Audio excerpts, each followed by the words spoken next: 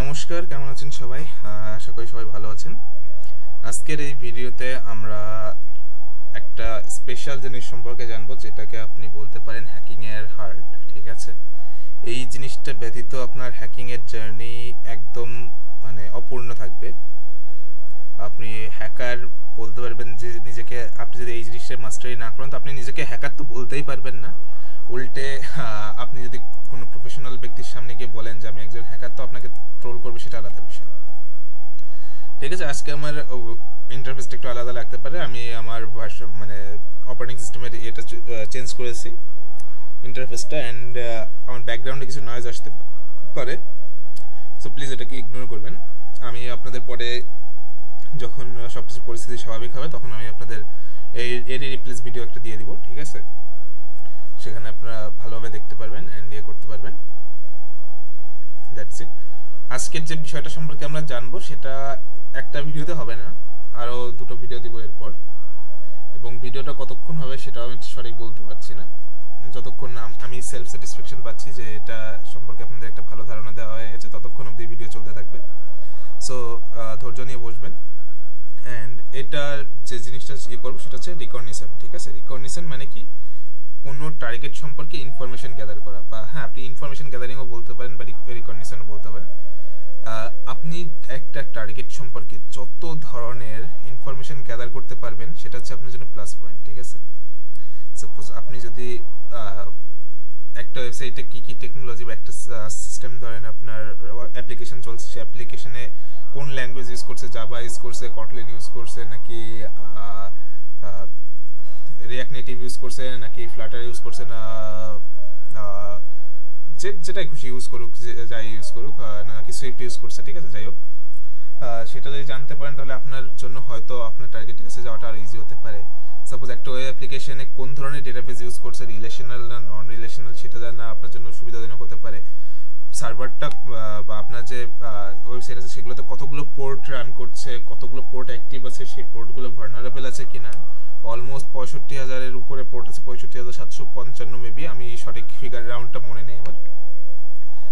Suppose যদি অতগুলো port থাকে তাহলে তার ভিতরে কতগুলো পোর্ট অ্যাক্টিভ আছে, সেই পোর্টগুলো কি পোর্ট আছে, সেই পোর্টে কোনটা ভার্নারেবল আছে কিনা, কোনো এসএসএস প্রিভিলেজ আছে কিনা, কোনো এসএমটিপি ভার্নারেবল আছে কিনা, এসএনএমপি ভার্নারেবল আছে কিনা, অ্যান্ড এইচটিটিপি বা এইচটিটিপিএস বাইপাস করার কোনো ওয়ে আছে কিনা, অনেক ধরনের আছে। ঠিক আছে, সো এরকম অনেক ধরনের ভার্নারেবিলিটি থাকতে পারে। আপনি যে সফটওয়্যার ভার্সনটা ইউজ করছে সেটা আউটডেটেড কিনা, সেই আউটডেটেড সফটওয়্যার ভার্সনে কোনো সিভি আছে কিনা, বা সেই আউটডেটেড সফটওয়্যার ভার্সনে কোনো ভার্নারেবিলিটি আছে কিনা, সেগুলো জানাটা যেমন ইম্পর্টেন্ট।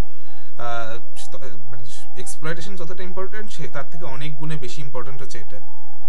ঠিক আছে, সাপোজ আপনারা যদি কোনো ব্ল্যাক হ্যাট গ্রুপে কাজ করেন ইন ফিউচার, সবাই যে আমার কোর্স করে একজন জেনুইন ইথিক্যাল হ্যাকার হবে বা কোনো কোম্পানিতে জব করবে এমনটাও না। অনেকে আছে যারা ইলিগাল কাজও করবে, আমি তাদেরও কিছু একটু আইডিয়া দিতে চাই। পাশাপাশি সাপোজ বিশেষ করে অনেক ধরনের গ্রুপে কাজ হয় এমন যে একটা যারা সব থেকে সিনিয়র থাকে তারা হচ্ছে ইনফরমেশন গ্যাদারিং এর কাজ করে, তারপর যারা থাকে তারা হচ্ছে আপনার সেগুলোকে অ্যানালিসিসের কাজ করে, তারপরে যারা থাকে তারা হচ্ছে এক্সপ্লয়টেশনের কাজ করে। এভাবে অনেক জায়গায় ভ্যারি করে, প্লেস টু প্লেস ভ্যারি করে।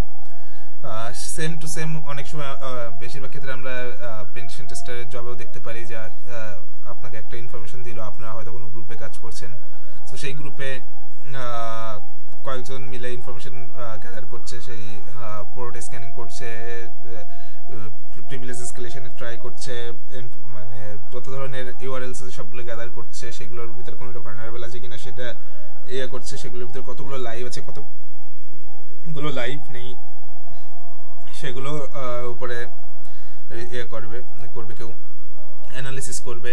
অ্যান্ড তারপর হচ্ছে গিয়ে কেউ এক্সপ্লয়েট করবে, কেউ এক্সপ্লয়টেশনের জন্য টুলস বানাবে, টুলস স্ক্রিপ্ট অটোমেশন করবে। সো এটা পার্সন টু পার্সন ভ্যারি করে, এবং আমার এক্সপিরিয়েন্স অনুযায়ী প্রোগ্রামিং অনেকে আছে, প্রোগ্রামিং একটু অন্য টপিকে যাচ্ছি, প্রোগ্রামিংটা অ্যাভয়েড করে যে না হ্যাকিংয়ের জন্য প্রোগ্রামিংয়ের দরকার নেই, বাট হ্যাকিংয়ের জন্য প্রোগ্রামিংটা সব থেকে বেশি দরকার। কারণ আপনার অনেক কাজের জন্য স্ক্রিপ্টের দরকার হবে, অনেক কাজ একসাথে করার জন্য অটোমেশনের জন্য স্ক্রিপ্টের দরকার হবে। তো সেই সব ক্ষেত্রে আপনার ম্যান্ডেটরি হয়ে যায় করাটা, প্রোগ্রামিং সম্পর্কে একটা নলেজ রাখা। ঠিক আছে, আপনারা যারা সার্টিফিকেশন এক্সামের জন্য পরে যখন অ্যাপিয়ার করেন তখন আপনাদের ইনফরমেশন গ্যাদারিং এর উপরে প্রতিটা সার্টিফিকেশনে সবথেকে বেশি গুরুত্ব দেওয়া হয় এবং সবথেকে বেশি আপনাকে ল্যাব সলভও দেওয়া হয় ইনফরমেশন গ্যাদারিং এর উপর। কারণ আপনি যত ইনফরমেশন গ্যাদার করতে পারবেন ততই হচ্ছে আপনার একটা সিস্টেমকে কম্প্রোমাইজ করার চান্স বেশি থাকবে। সাপোজ যদি আপনাদের ভিতরে কেউ ইন ফিউচার ওএসইই এর এক্সাম দেন বা অফেন্সিভ সিকিউরিটি এক্সপ্লয়টেশন এক্সপার্টের এক্সাম দেন বা সিস্টেম হ্যাকিং এর জন্য যে সার্টিফিকেশনগুলো আছে সেগুলো যদি এক্সাম দেন তখন আপনারা দেখবেন যে আপনাদের জেনারেলি একটা থেকে দুটো আইপি দেওয়া হয়। সেই দুটো আইপির ভিতরে আপনাদের 48 ঘন্টার এক্সাম হয় জেনারেলি বড় বড় এক্সামগুলো। তো আপনাদের 10-12 ঘন্টা শুধু যাবে যে আপনারা কোনো হিন্টসই পাচ্ছেন না, শুধু আইপি থেকে কোনো ওয়েবসাইটে খুলছে না, কোনো খুলছে না, আপনি জাস্ট ট্রাই করতে থাকতে হবে যে কোনভাবে এটা সম্বন্ধে ইনফরমেশন গ্যাদার করা যায়। অ্যান্ড দেন আপনি হয়তো কমান্ড আরসি করে বা অন্য কোনো উপায়ে আপনি সেই আইপির ভিতরে কোনো একটা ইনফরমেশন পেলেন, সেটা দিয়ে আপনার ফার্দার টেস্টিং চালু হবে। সো এগুলো অনেক বড় গল্প, বাট এই সব কিছুর মূলে হচ্ছে আপনার ইনফরমেশন গ্যাদার। আপনি কাউকে হ্যাক করতে চাইলে, সোশ্যাল ইঞ্জিনিয়ারিং করতে চাইলেও আপনার তার ব্যাপারে সব ইনফরমেশন গ্যাদার করতে হবে, ঠিক আছে? সো ইনফরমেশন গ্যাদারিং এর উপরে কোনো কথা নেই। অ্যান্ড ইনফরমেশন গ্যাদারিংটা হয়ে থাকে জেনারেলি দুটো পারপাজে, দুটো ওয়েতে, ঠিক আছে? একটা হচ্ছে অ্যাক্টিভ, একটা হচ্ছে প্যাসিভ। আমি আপনাদের গুগল থেকেই পড়াবো এখন যে active and passive information gathering এর ভিতর ডিফারেন্স কি, ঠিক আছে? Difference BTWWN active and passive information gathering. Okay, আচ্ছা রিকগনিশন টেকনিক্স এর ভিতর যাই। এখানে কিছু একটা পাওয়া উচিত। এখানে একটা রুম দিয়ে দিয়েছে, ঠিক আছে? আমি রুমের ভেতর যাব না, আমি জাস্ট আপনাদের এখানে একটা ভালো ডকুমেন্টেশন দেওয়া আছে, আশা করি ট্রাইএকমি যেহেতু ভালোই দেওয়া হবে। সো এটা সম্পর্কে একটু পড়ে দেখাবো, ঠিক আছে? অল্প একটু পড়বো, বেশি দূর যাব না আমরা। What is recognition? Recognitions mainly focused on recon or exploration, ঠিক আছে? মানে আমি যেটা বললাম, আপনি একটা সিস্টেম সম্পর্কে যতটা এক্সপ্লোর করতে পারবেন তত সেটা হচ্ছে আপনার মানে রেঞ্জ হবে একটা অ্যাটাকের, ঠিক আছে? Refers to gathering information about an adversary before engaging with its as a potential target, ঠিক আছে? একটা টার্গেট সম্পর্কে যত খুশি ইনফরমেশন গ্যাদার করতে পারেন। আপনার এখানে যা বলেছি আমি লাস্ট 5-6 মিনিটে সেটাই বলা আছে। সো এখানে মেইনলি বলা আছে কি আপনাদের ইনফরমেশন গ্যাদারিংটা জেনারেলি দুই প্রকারের হয়, একটা হচ্ছে অ্যাক্টিভ, একটা প্যাসিভলি, ঠিক আছে? By implementing an active data gathering technique they are go directly through the spot, get the information, but they will expose themselves, ঠিক আছে? অ্যাক্টিভলি ইনফরমেশন গ্যাদারিং এর ক্ষেত্রে কি হয়, সাপোজ ধরুন আপনি কোনো কোম্পানিতে জবে অ্যাপ্লাই করছেন, আপনার সেই কোম্পানি সম্পর্কে জানতে হবে, আপনার কাছে ইন্টারনেট অ্যাক্সেস নেই, আপনার সব সেখানে গিয়ে জানতে হবে কোম্পানিটা কেমন, তার আশেপাশে যে চার দোকান আছে বা কোনো রেস্টুরেন্ট থাকতে পারে, সেখানে গিয়ে আপনার জানতে হতে পারে, ঠিক আছে? সেখানে আপনার ডিরেক্টলি যেতে হবে, সেখানে আপনার ডিরেক্টলি ইনফরমেশন গ্যাদার করতে হবে। বাট প্যাসিভলির ক্ষেত্রে কি হয় দেখেন, এখানে বলা আছে, but while applying a passive data collecting methods they can get information by watching from a distance and asking for other resources without exposing themselves. And passive recon এর ক্ষেত্রে কি হয়, আপনি সেখানে যাচ্ছেন না, বাট আপনি কারোর মাধ্যমে তাকে জানছেন, মানে আপনি কোনো লোক হায়ার করলেন যে সে গিয়ে দেখে আসবে, ঠিক আছে? সেক্ষেত্রে হচ্ছে কি, আপনার যে ইনফরমেশনটা আছে বা আপনি যে ব্যক্তিটা গিয়েছেন তাদের সিসিটিভি ফুটেজে আপনার কোনো চেহারা আসছে না, আপনার কোনো রিপোর্ট আসছে না, ঠিক আছে? বা পাবলিকলি যে ইয়েগুলো থাকে, কি যেন বলে ওটাকে, ট্রাফিক সিগন্যালসে যে এগুলো থাকে, সেখানেও আপনার ধরা পড়ার কোনো চান্স থাকছে না। মানে থিঙ্ক লাইক এ হ্যাকার, ঠিক আছে? আপনার হ্যাকিং করা মানে কোনো নর্মাল ব্যক্তিদের মতো থাকে না, জাস্ট আপনার চিন্তার যে ধারাটা আছে সেটাকে এক্সপ্যান্ড করা হবে, ঠিক আছে? আপনার পাচ্ছেন আপনি কিভাবে ইনফরমেশন গ্যাদার করতে পারেন। সাপোজ আপনি গুগলের থ্রুতে ইয়ে করতে পারেন, ফেসবুকের থ্রুতে করতে পারেন, ইনস্টাগ্রামের থ্রুতে করতে পারেন, লিঙ্কডিনের থ্রুতে করতে পারেন। So there various type of platform you can collect data.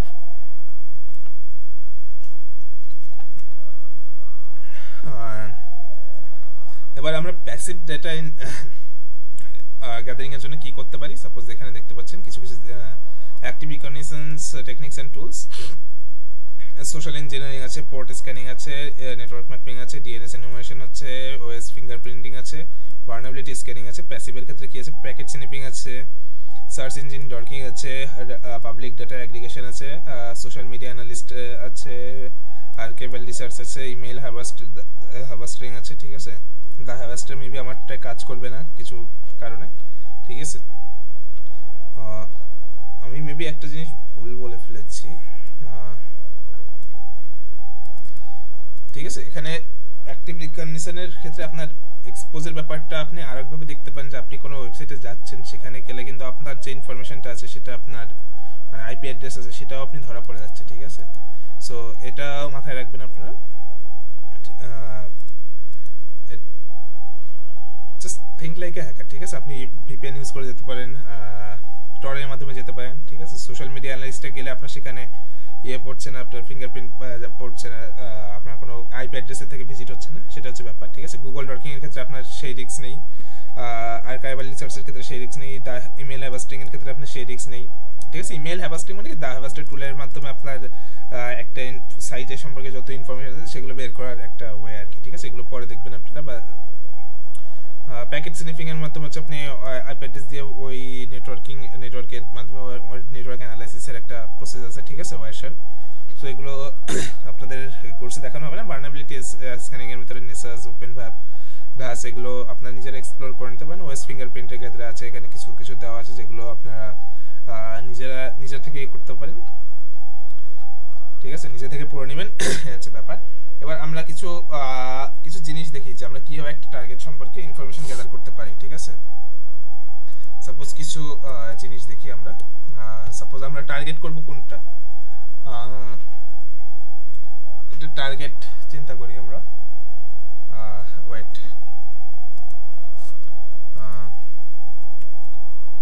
Test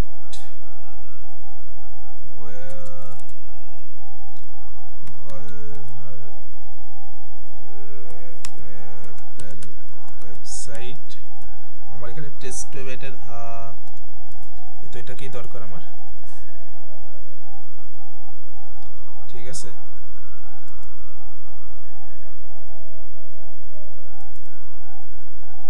এখানে দেখতে পাচ্ছেন টেস্ট। আচ্ছা, এটা দেখি আর কোনো ডিরেক্টরি ট্রাভার্সাল হয় মানে বিচ্ছিরি অবস্থা একটা। এলএফআই হয়েছে, এসকিউএল ইনজেকশন হয়েছে, সবকিছু হচ্ছে দেখছি এখানে, হওয়াটাই স্বাভাবিক। আমি জাস্ট একটা টার্গেট নিব, জাস্ট এটাকে অ্যাজ এ টার্গেট এক্সাম্পল আমি নিব, ঠিক আছে। এটা আপনারাও পেয়ে যাবেন, টেস্ট php.vulnerable.web। এক্ষেত্রে আপনারা কি কি করতে পারেন, সাপোজ এর সম্পর্কে আপনার ইনফরমেশন লাগবে, ঠিক আছে। আমি এর কাছে কালি লিনাক্সের টার্মিনালে জিজ্ঞেস করতে পারি হু ইজ, এই যে এটা, ঠিক আছে। এই কালি লিনাক্সের কাছে জিজ্ঞেস করে দেখি সে কি বলে, সে কিছু জানে কি জানে না। ও মা, তো অনেক কিছু জানে দেখছি।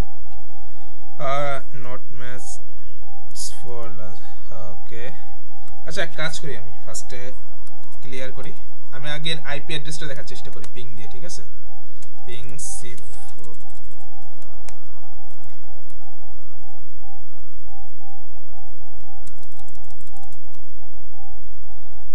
ওয়েল পেয়ে গেছি আমি। এখানে যে দেখতে পাচ্ছি এটা হচ্ছে আমার আইপি অ্যাড্রেস এই ওয়েবসাইটের। এখানে পিং এর পরে -c কেন ইউজ করা হয়েছে, 4 কেন ইউজ করা হয়েছে সেটা আপনারা যদি দেখতে চান তাহলে আপনি ইউজ করবেন ম্যান কমান্ড, ঠিক আছে। ম্যান পিং, তাহলে পিং কমান্ডের এখানে যা যা কি আছে, এখানে c ফর কি আছে এখানে দেখতে পারেন, কাউন্ট, ঠিক আছে। কাউন্ট যতগুলো দিতে চান আপনি একের থেকে শুরু করে যত খুশি দিতে চান ততগুলো রিকোয়েস্ট যাবে, ঠিক আছে। যার পর অটোমেটিক ডিসক্লোজ হয়ে যাবে, ঠিক আছে। এইটা ম্যান কমান্ডটা আপনারা দেখে রাখলেন। ম্যান কমান্ডটা দিয়ে আপনি যদি কোনো কিছু সম্পর্কে জানতে চান ডিটেইলসে, সেটা ক্ষেত্রে আপনি জানতে পারবেন, ঠিক আছে। সো আমি ক্লিয়ার করি ping -4 and this IP address. দেখতে পাচ্ছি আমার এখানে আইপি অ্যাড্রেসের রিকোয়েস্ট 4টে আসার পর 1 2 3 4 আসার পর এটা কিন্তু ডিসকানেক্ট হয়ে গেছে, ঠিক আছে। সো আমার এটাকে রেখে দিই আমি কপি করে, ঠিক আছে। ক্লিয়ার করলাম। ক্লিয়ার করার পরে আমি কি করব, হু ইজ করি। হু ইজ এই আইপি অ্যাড্রেস সম্পর্কে দেখি কেউ জানে কিনা কিছু। একটা হিউজ একটা ইনফরমেশন চলে আসছে কিন্তু আমার কাছে। এখানে আমার কাছে একটা হিউজ ইনফরমেশন চলে আসছে। নেট রেঞ্জ বলে দিয়েছে, এখানে সিআইআরডিআর নাম্বার বলে দিয়েছে, net name Amazon Amazon4, net handler আছে, প্যারেন্ট আছে, নেট টাইপ আছে, অর্গানাইজেশন amazon.com অর্গানাইজেশন নেম হচ্ছে amazon.com বা আইএনসি, যেটাকে মেবি ইন্স্যুরেন্স বা কিছু একটা বলে, আমার সঠিক মনে নেই। Address Amazon web service AWS, address PO Box 181226, ঠিক আছে। সিটি দেওয়া আছে, স্টেট কোড দেওয়া আছে, পোস্টাল কোড দেওয়া আছে, কান্ট্রি দেওয়া আছে, রেজিস্টার্ড ডেট দেওয়া আছে, আপডেটেড ডেট দেওয়া আছে, কমেন্ট দেওয়া আছে, এখানে রেফারেন্স দেওয়া আছে, দেখবেন মানে হিউজ একটা ইনফরমেশন দেওয়া আছে। এদের একটা ইমেল অ্যাড্রেস দেওয়া আছে, ফোন নাম্বার দেওয়া আছে,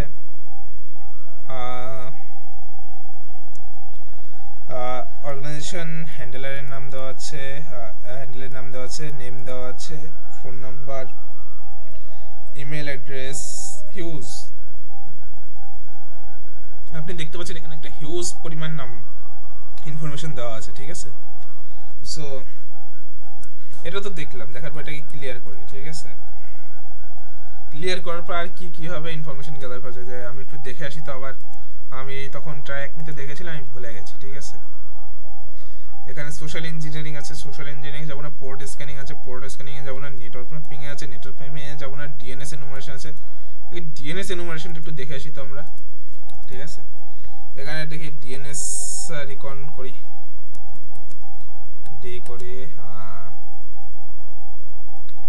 কি দিব, google.com করি, দেখি কি আসে।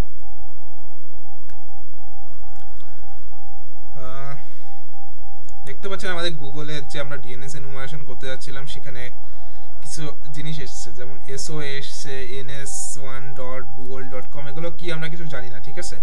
আস্তে আস্তে সব জানবো আমরা, এগুলো কি আপনারাও কিছু জানেন না, আমিও কিছু জানি না, আমি আপনাদের সাথে সাথে শিখবো, ঠিক আছে। এসওএ ns1 দেখেন আবার দিয়েছে, এখানে কি দিয়েছে, এখানে আবার একটা কি হিজিবিজি অ্যাড্রেস দিয়েছে। আপনাদের জানার জন্য বলে রাখি, এটা একটা ম্যাক অ্যাড্রেস, ঠিক আছে। আর এটা হচ্ছে একটা আইপি অ্যাড্রেস, এটা হচ্ছে একটা ম্যাক অ্যাড্রেস, এটা হচ্ছে আইপি অ্যাড্রেস। এটা আইপি অ্যাড্রেস, এটাকে বলা হয় ফিজিক্যাল অ্যাড্রেসও, ঠিক আছে। অ্যান্ড ব্লাইন্ড ভার্সন ফর, এখানে কি একটা দিয়ে রেখেছে, কি জানি, ভগবান জানে কি দিয়েছে। এখানে আবার দেখলাম এখানে ns1 দেওয়া আছে, আবার এখানে ns2 চলে এসছে, আবার ns4 চলে এসছে, কিছু একটা হচ্ছে। আবার এখানে দেখেন আমি মাঝে একবার বললাম এসএমটিপির কথা, আপনাদের যাদের মনে আছে, এখানে দেখছি smtp.google.com, তাহলে কি এটাও কি গুগলের নাকি রেজিস্টার করা জিনিসপত্র, বুঝতে পারছি না আমরা। এখানে smtp.google.com, এখানে আবার একটা আইপি, এখানে আবার একটা আইপি, যেটা বললাম একটু আগে, এখানে একটা আইপি, এখানে একটা আইপি,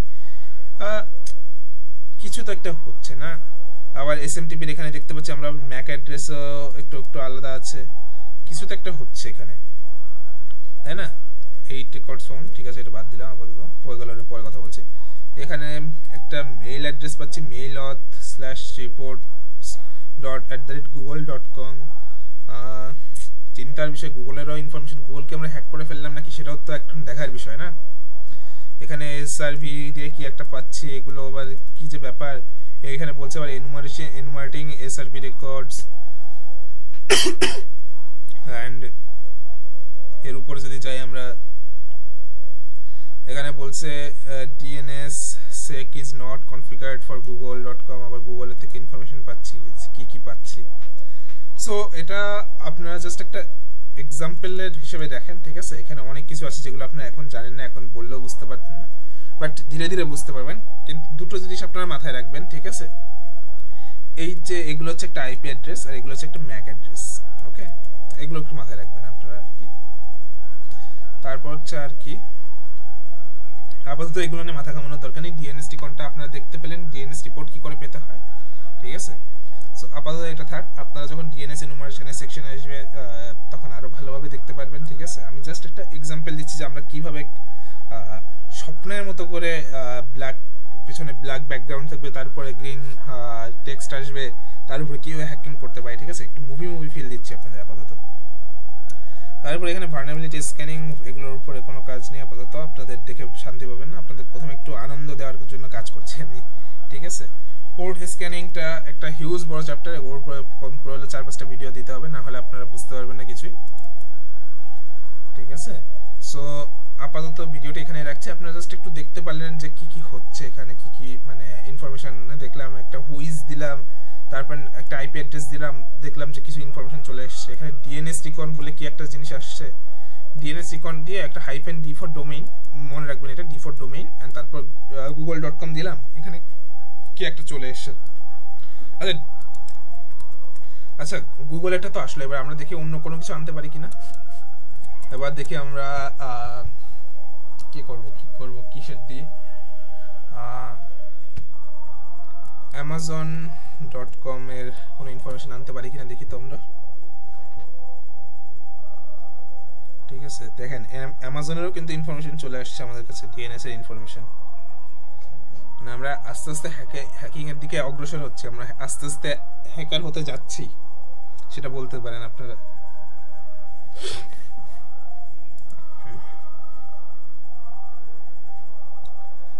ঠিক আছে, দেখি একটু ইনফরমেশন কি কি আসে দেখি।